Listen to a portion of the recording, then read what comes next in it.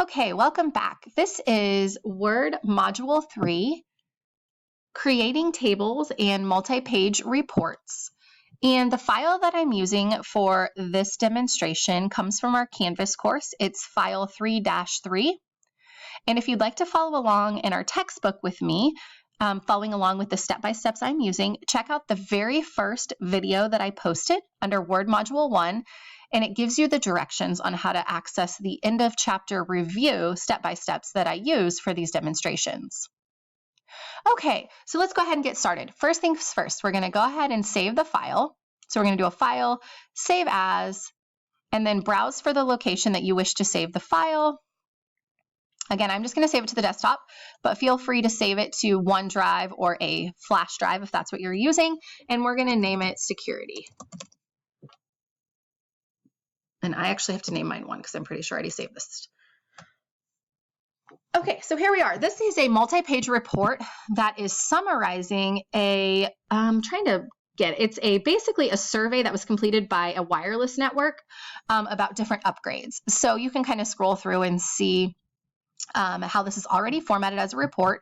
Notice it has headings that are properly labeled as headings using the correct style in the styles group to kind of make those stand apart.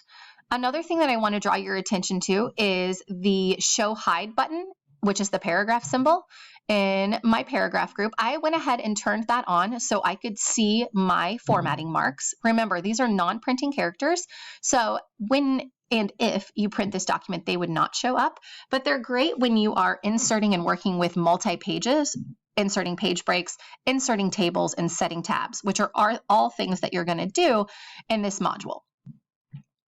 All right, the first thing that the directions asks us to do is to promote schedule to a heading 1 instead of a heading 2, which makes it just a little bit larger.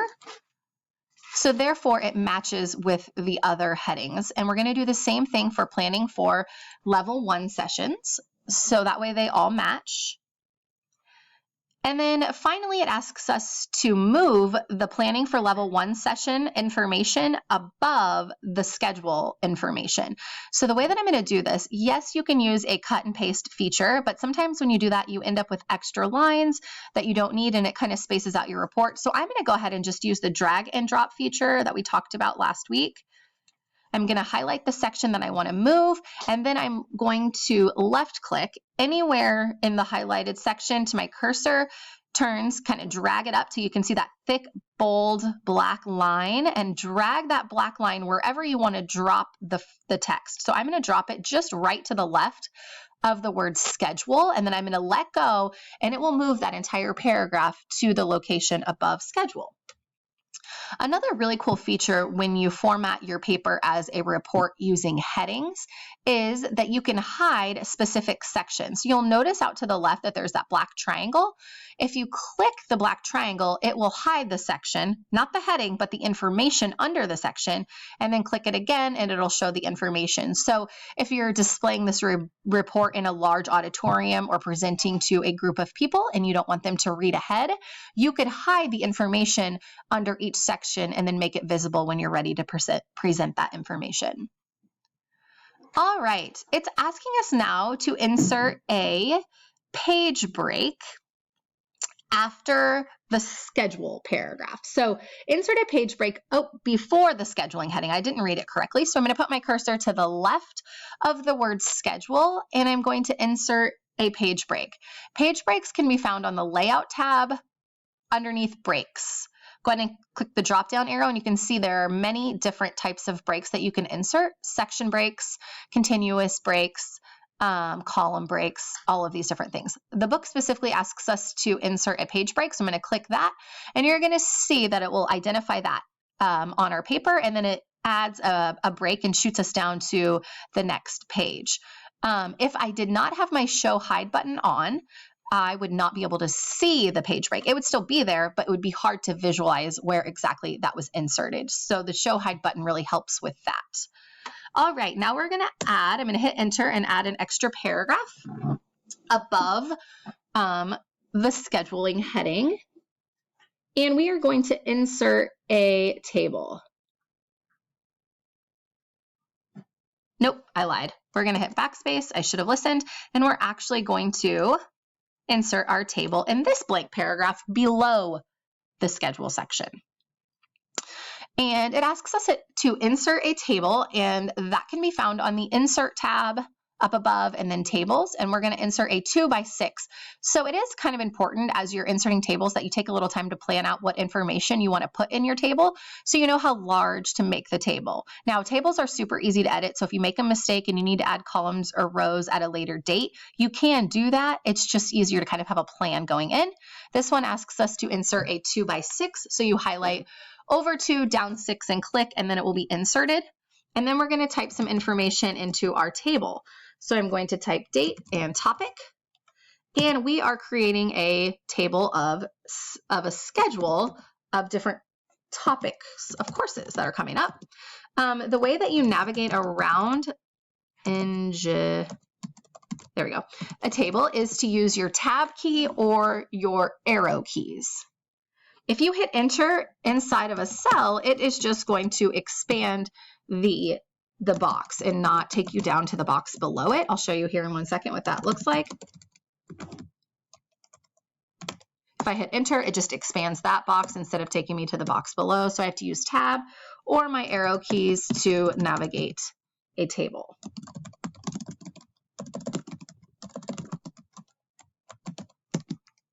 And 7/20/2021. Whoa. So what happens when I talk and type? Cloud-based storage. And I'm going to have to fix that one because there's a typo.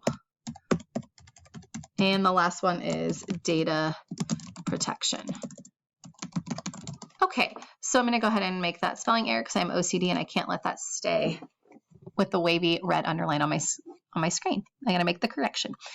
Okay, so here's our table. Let me show you kind of what this looks like. I feel like with tables, the formatting marks makes it look so crowded and hard to visualize.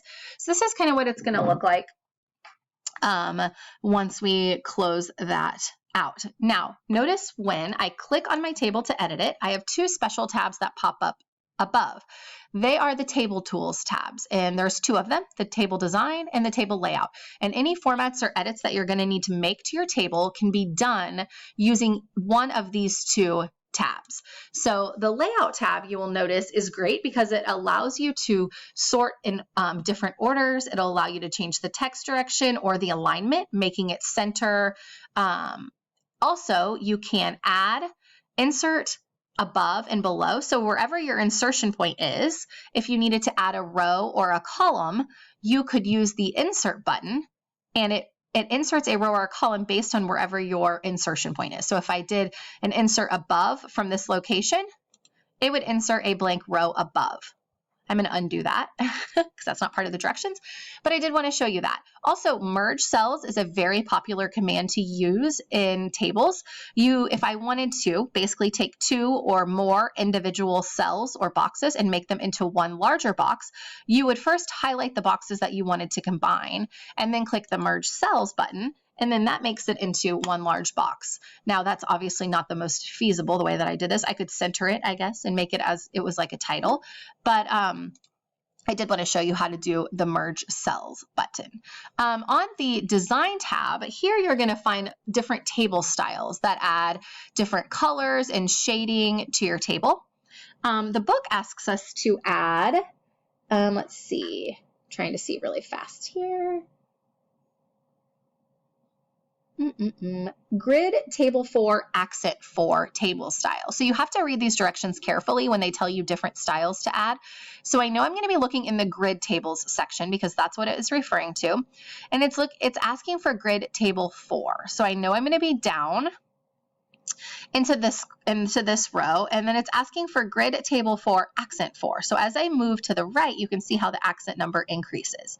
So Grid Table 4, Accent 4 is going to be this gold table, and you can see how that makes it look very nice, I think, with the color and things like that. Once you have this, you could also change up using the table design tab exactly how the table looks. So I have a header row, which makes my titles look a little bit different. If I wanted my titles to blend in and look like the rest of the table, I would deselect my header row. Banded rows is also another option. It removes the every other color.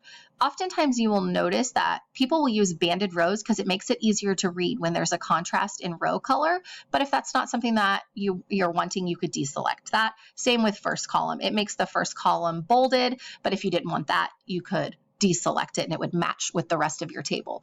So lots of options for borders and shading and coloring your table in the table design. So if you wanted to add like an outside border around your table, you can do that in the borders group and kind of play around with that. And then the layout tab is more logistical is kind of how I think it. If you want to insert rows or tables or things like that, that's what you would do in the layout group. Now, just the layout section, just notice that there is a table tools layout and then a regular layout tab. So when you're reading the directions, make sure which one it is referring. It will usually say specifically, click on the table tools layout tab. And I will inevitably have somebody click on the regular layout tab and then they can't find the command that the book is referring to. And it's because they're on the wrong layout tab. So just make sure you're reading those directions carefully when you get to that point. All right, now we're going to scroll down to this other table down here, and we are going to make some changes to the network security subscription costs table. It does ask us to change the DNS protection to $650, and it is going to ask us to add a total row. So the total row is going to be on the table design, and then over to the left, you're going to select total row. And we actually already have a row there, so I'm just going to add the word total to it, and I'm going to show you how you can use this as a calculator. So I'm going to go to the Layout tab, and you will see there's an FX formula button. Click that, and it will ask you, do you want to sum everything above where your cursor is? And you just say, okay, and it will add all three of those items that were above where your cursor was together to give you a sum. Okay, it's also asking us to merge these two cells together, the total and the one next to it. So we're going to use the Merge Cells button to make that one larger box. For this table, it's asking us to apply a grid table 4, accent 4 table style to this one, and then remove the special formatting for the first column. So kind of like what we did above. So I'm going to go to the table design, select grid accent 4 table 4, and then click the command to remove the bold in the first column. So you can see now it did bold our total row as that's part of the table style design. All right, on page 1, we're going to replace the text that says instructor names with a tabbed list of instructors and their specialties using the following information. Okay, I am going to stop this video at this point, save my changes, and then create a second video for Word Module 3, picking up with setting tabs.